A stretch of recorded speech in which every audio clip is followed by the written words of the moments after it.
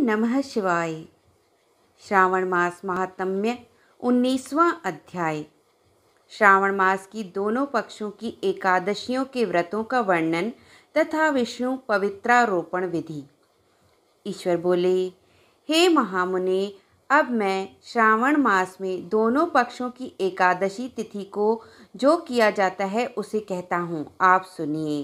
हे वत्स, रहस्यमयी अति श्रेष्ठ महान पुण्य प्रदान करने वाले तथा महापातकों का नाश करने वाले इस व्रत को मैंने किसी से नहीं कहा है।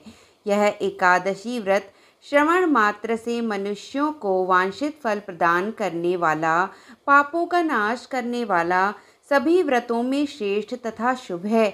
इसे मैं आपसे कहूँगा, आप एकाग्रचित्त होकर सुनिए। दशमी तिथि में प्रातःकाल स्नान करके शुद्ध होकर संध्या आदि कर लें और वेदवेता, पुराणज्ञ तथा जितेंद्रिय विप्रों से आज्ञा लेकर 16 उपचारों से देवादिदेव भगवान का विधिवत पूजन करके इस प्रकार प्रार्थना करें, हे पुंडरीकाक्ष, मैं एकादशी को निराहार रहकर दूसरे दिन भोजन करूँगा। हे अच्युत, आप मेरे शरणदाता होइए। हे वत्स, गुरु देवता तथा अग्नि की सन्निधि में नियम धारण करें और उस दिन काम क्रोध रहित होकर भूमि पर शयन करें। उसके बाद प्रातःकाल होने पर भगवान केशव में मन को लगाएं। भूख लगने तथा प्रखलन, गिरना, ठोकर आदि लगना के समय श्रीधर इस शब्द का उच्चारण करें। हे वत्स, यह व्रत मोक्ष प्रदान करने वाला है, अतः 3 दिनों तक पाखंडी आदि लोगों के साथ बातचीत, उन्हें देखना तथा उनकी बातें सुनना, इन सब का त्याग कर देना चाहिए।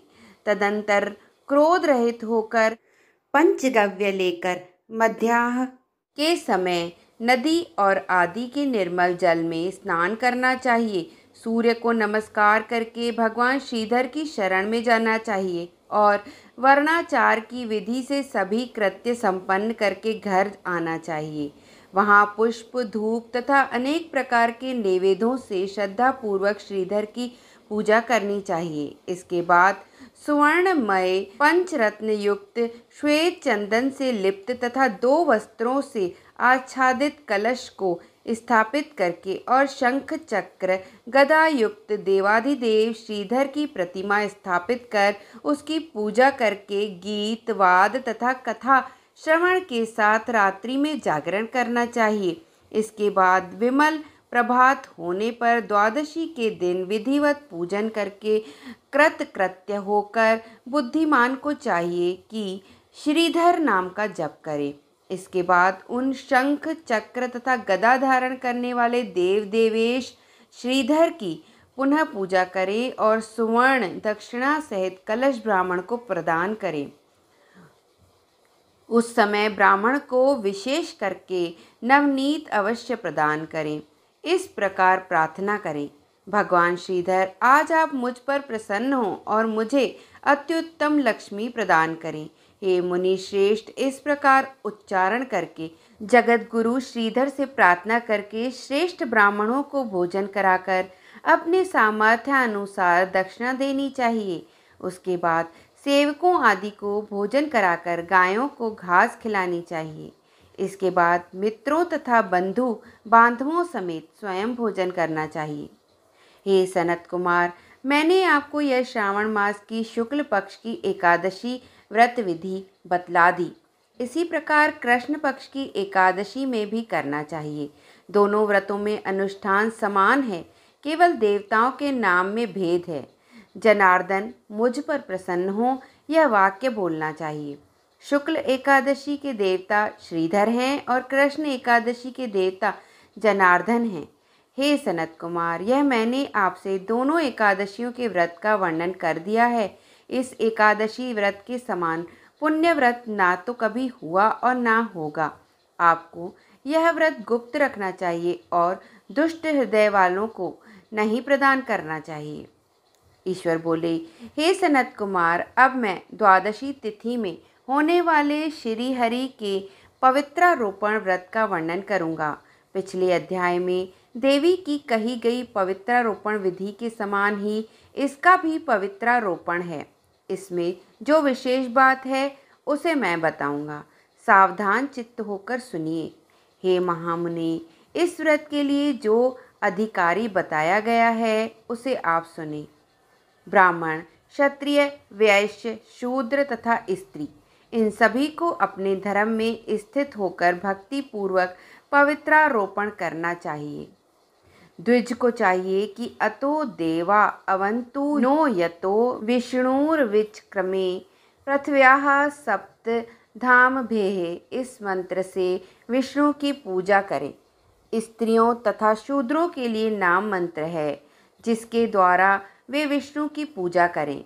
इसी प्रकार द्विज कद्रुदाय इस मंत्र से शिव जी की पूजा करें।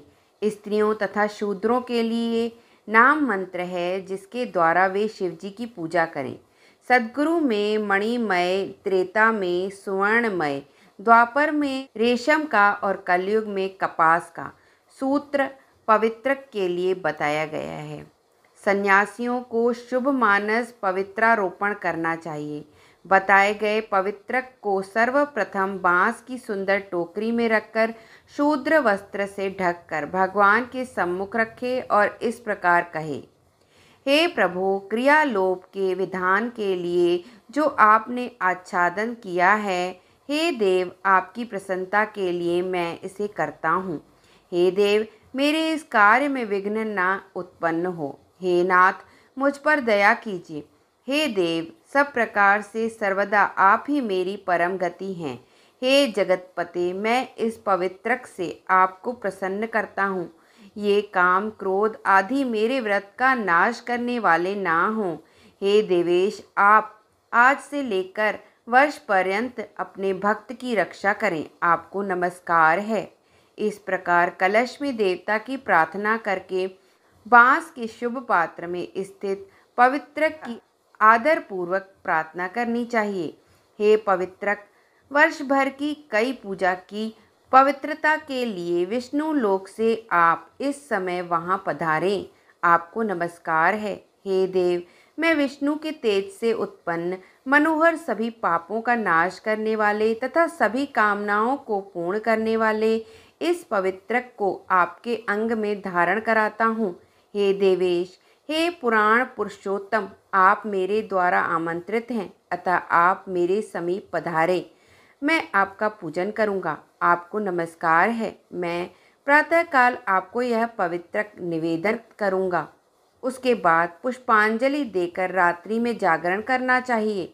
एकादशी के दिन अधिवासन करें और द्वादशी के दिन प्रातःकाल का पूजन करें। पुनः हाथ में गंध, दूर्वा तथा अक्षत के साथ पवित्रक लेकर ऐसा कहें, हे देव देव, आपको नमस्कार है। वर्ष पर्यंत की गई पूजा का फल देने वाले इस पवित्रक को पवित्रीकरण हेतु आप ग्रहण कीजिए। मैंने जो भी दुष्कृत्य किया है उसके लिए आप मुझे आज पवित्र कीजिए। हे देव, हे सुरेश्वर, आपके अनुग्रह से मैं शुद्ध हो जाऊं। इस प्रकार मूल मंत्र से संपुटित इन मंत्रों के द्वारा पवित्रक अर्पण करें। उसके बाद महानैवेद्य अर्पित करके नीराजन कर प्रार्थना करें और मूल मंत्र से घृत सहित खीर का अग्नि में हवन करें। इसके बाद इसी मंत्र से पवित्रक का विसर्जन करके इस प्रकार बोले, हे पवित्रक, वर्ष भर की गई मेरी शुभ पूजा को पूर्ण करके अब आप विसर्जित होकर विष्णु लोक को प्रस्थान करें। इसके बाद पवित्रक को उतारकर ब्राह्मण को प्रदान कर दें अथवा जल में विसर्जित कर दें। हे वत्स, मैंने आपसे श्री हरि के इस पवित्रारोपण का वर्णन कर दिया। इसे करने वाला इस लोक में सुख भोग कर अंत में वैकुंठ प्राप्त करता है।